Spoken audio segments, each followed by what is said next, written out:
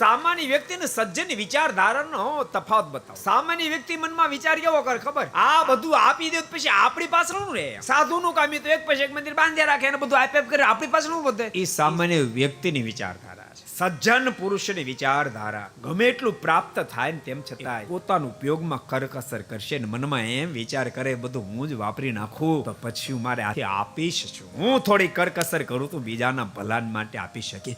રુચિ અલગ અલગ હોય. કોઈની મંદિરમાં હોય, કોઈની મેડિકલમાં હોય, કોઈની એજ્યુકેશનમાં હોય, કોઈની ગૌશાળામાં હોય, કોઈની વૃદ્ધાશ્રમ, અલગ અલગ વિચારધારા અલગ અલગ હોય, રુચિ અલગ અલગ હોય. પણ સજ્જન માત્ર પોતાના માટે જીવે નહીં, લાખોપતિ નહીં, કરોડોપતિ નહીં, અબજોપતિ નહીં, ખરવાની ખરોપતિ થયો હોય પણ માત્ર પોતાનો જે વિચાર કરે બીજાનો વિચાર નથી કરી શકતો એ સજ્જન નથી. બીજાના ભલાનો જેને સંકલ્પ નથી થતો એને સજ્જનતા નથી. સજ્જન વ્યક્તિ બાપ રહી ન શકે.